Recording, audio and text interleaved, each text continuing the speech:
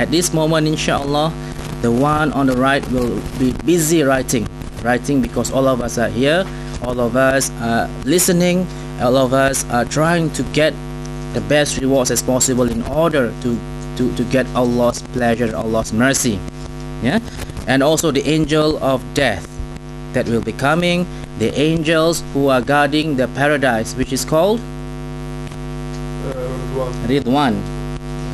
Yeah, Ridwan, and the angel who is guarding the hellfire, which is called Malik.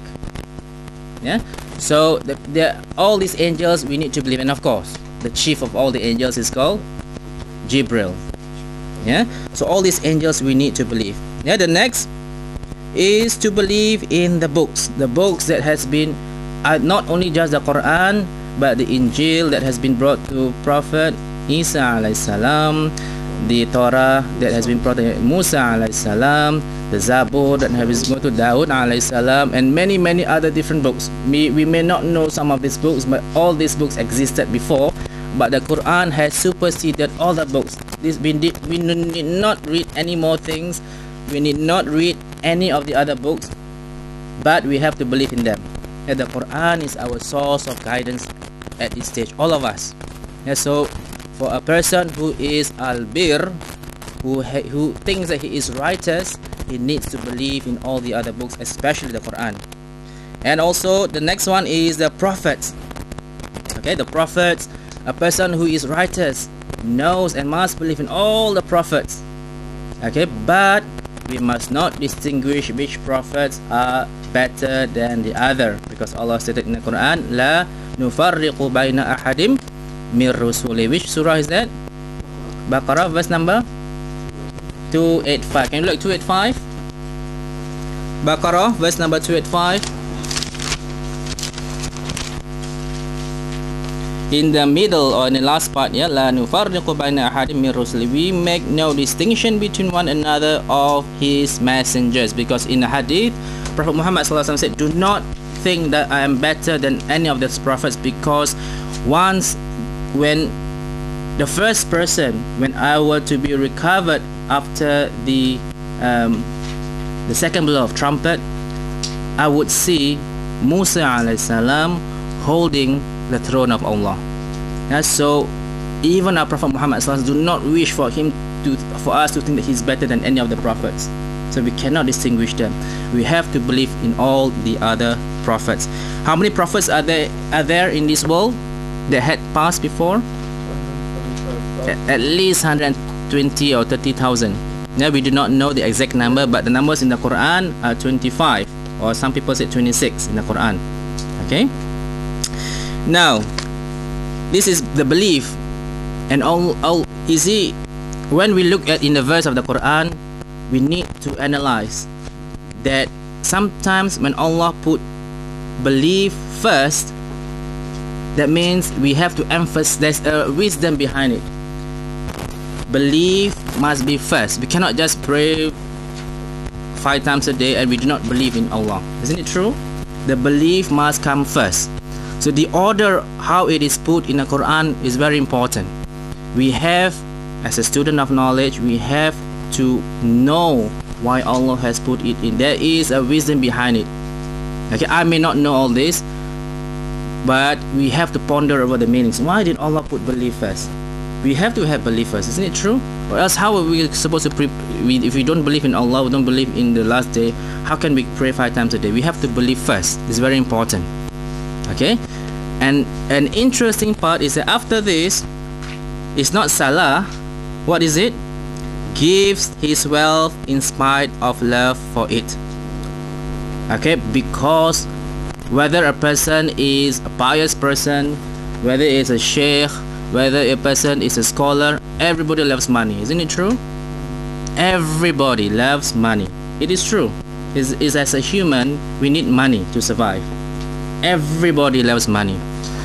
But it is interesting to note that Allah did not put salah first, but Allah put gives his wealth in spite of love for it. Yeah, because in the hadith, Prophet Muhammad said, the best charity is when you give it away while still healthy and thrifty. hoping to get rich and fearing poverty. So if a person like us who are working and trying to save money for the better days ahead, and if we were to give charity, that is the best form of charity. Sorry? Which one?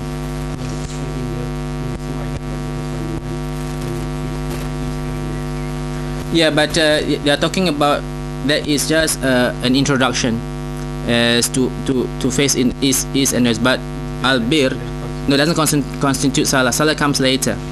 Okay, the first one, whether it's face east or west, it is just merely to say that whatever you do, you have to follow what Allah said. That's the ultimate thing. Yeah, that is, it's just a figure of speech. Yeah, but it is quite interesting to see that Salah didn't come after this. After belief is to spend the way in the form of Allah. It's quite interesting. That's why we are going to look in a lot of verses in the Quran which clearly stated about spending in the way of Allah. Okay, look at first. Okay, start from Surah 59. Okay, 59 number 9. Surah Al-Hashr 59 number 9.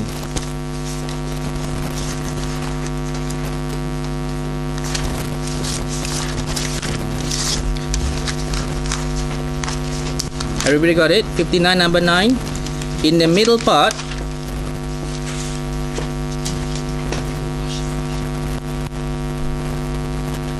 Al-Hashr.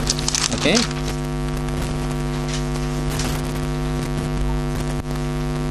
In the middle part, Allah stated, وَيُؤْثِرُونَ عَلَىٰ أَنفُسِهِمْ وَلَوْ كَانَ بِهِمْ خَصَاصَةٌ. Now, which means, and give them preference over themselves even though they were in need of that. This verse was explaining the fact of especially one of the Sahaba. Yeah, what happened was that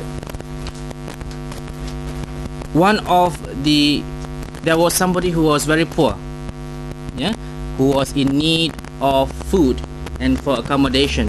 Yeah. Now, Prophet Muhammad ﷺ was himself, he has nothing at all. He was asking his wife, there's any food? No, nothing at all. Yeah. So he was asking the companions, anybody of you have any food at all? Yeah. One of the Sahaba volunteered. Yeah. And then he said, okay, come to the house.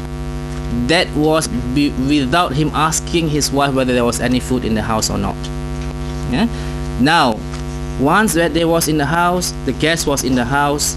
In order to feed the guest, the guest wasn't listening. Of course, he was asking his wife, was there any food?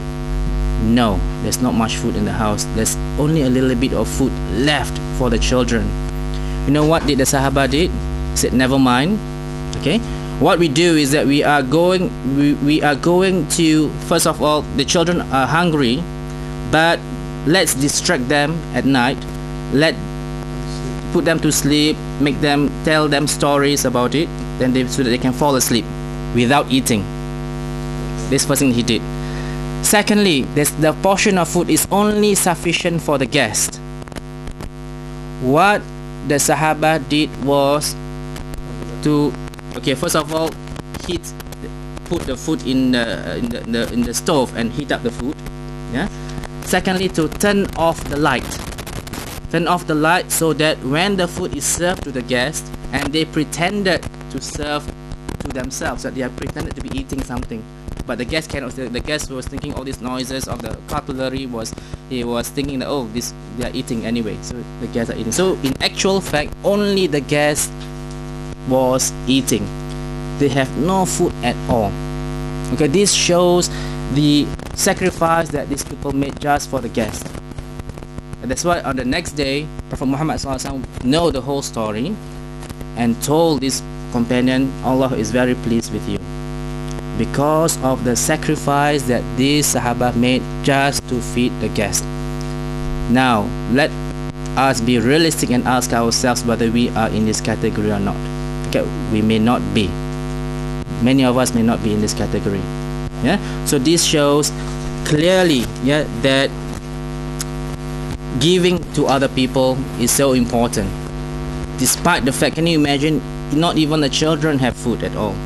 Yeah, so this shows the extent of taqwa with these people. Okay, now turn to surah number 60, the next surah number 60, verse number 10 and 11.